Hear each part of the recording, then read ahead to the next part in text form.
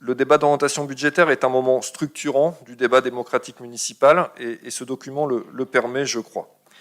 La période qui s'ouvre à nous va être complexe, tant dans la transformation écologique qu'il nous faut impérativement engager, que dans la gestion des impacts de la crise sanitaire qu'il va nous falloir penser et gérer. Le tissu social déjà abîmé risque de craquer sous la violence du choc. Les villes, dans ce contexte, ont un rôle central à jouer. Nous en sommes convaincus et ce soir, nous nous y attelons ensemble. Pour la nouvelle majorité, ce rapport d'orientation budgétaire pose les premières grandes réorientations souhaitées pour ce mandat. Il est porteur d'une ambition.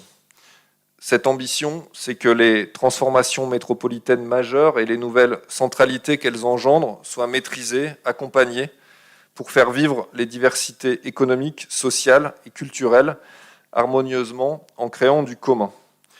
Pour ce faire, nous souhaitons d'abord redonner aux services de la ville les moyens de mener efficacement leur mission. Afin de dégager la capacité d'autofinancement nécessaire aux investissements hors normes voulus par la précédente majorité, nous avons hérité d'une masse salariale comprimée, avec 30 postes laissés vacants. Cette situation peut dans certains cas créer du mal-être et mettre les agents en difficulté et in fine amoindrir la qualité du service public rendu. Face à cette réalité, nous assumons pleinement la progression de la masse salariale pour amorcer le rattrapage nécessaire et répondre à l'augmentation forte de la population. Nous souhaitons réunir les conditions du développement d'un service public exigeant et de qualité. Et nous nous engageons à accorder des moyens supplémentaires à nos priorités. La jeunesse, avec une augmentation de 150 000 € prévue, la petite enfance, la culture, la sécurité, la santé, l'insertion, ou encore la vie associative, puisque nous proposons d'augmenter les moyens dévolus au tissu associatif de l'ordre de 30%. Ceci n'était pas un besoin, mais une nécessité.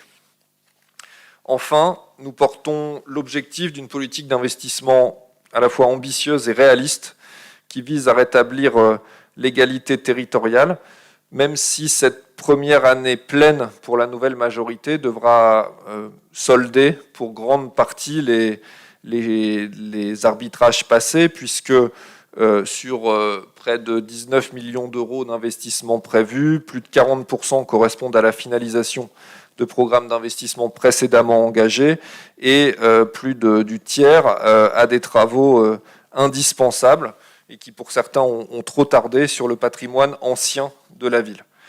Pour le reste, nos investissements tendent à se concentrer dans les quartiers qui ont à juste titre vécu un sentiment de délaissement. En résumé, nos orientations budgétaires sont guidées par quelques mots-clés.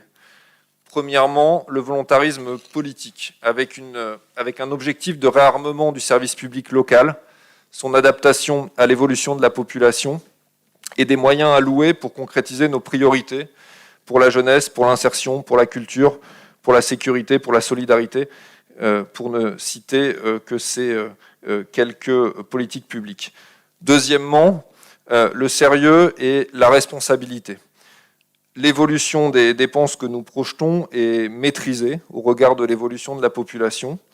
Nous souhaitons amorcer le désendettement de la ville et nous nous engageons à ne pas augmenter les impôts pour les Romainvillois.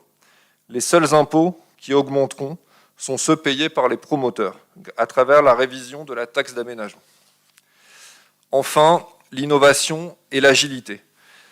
Parmi les projets innovants qui concrétisent nos orientations politiques, nombreux sont ceux qui sont éligibles à des cofinancements publics potentiellement importants. Soyez sûrs de notre détermination concernant la recherche et la mobilisation de tous ces cofinancements potentiels. L'exercice budgétaire est nécessairement prudent et n'intègre à ce stade que les cofinancements d'ores et déjà notifiés. Pour autant, nous mettrons tout en œuvre pour vous présenter de bonnes nouvelles en cours d'exercice budgétaire, qui feront alors l'objet d'une DM. Service public de qualité au service du commun, de l'émancipation individuelle et collective, de la transformation écologique et sociale. Voilà les grandes orientations politiques qui se matérialisent dans ce rapport.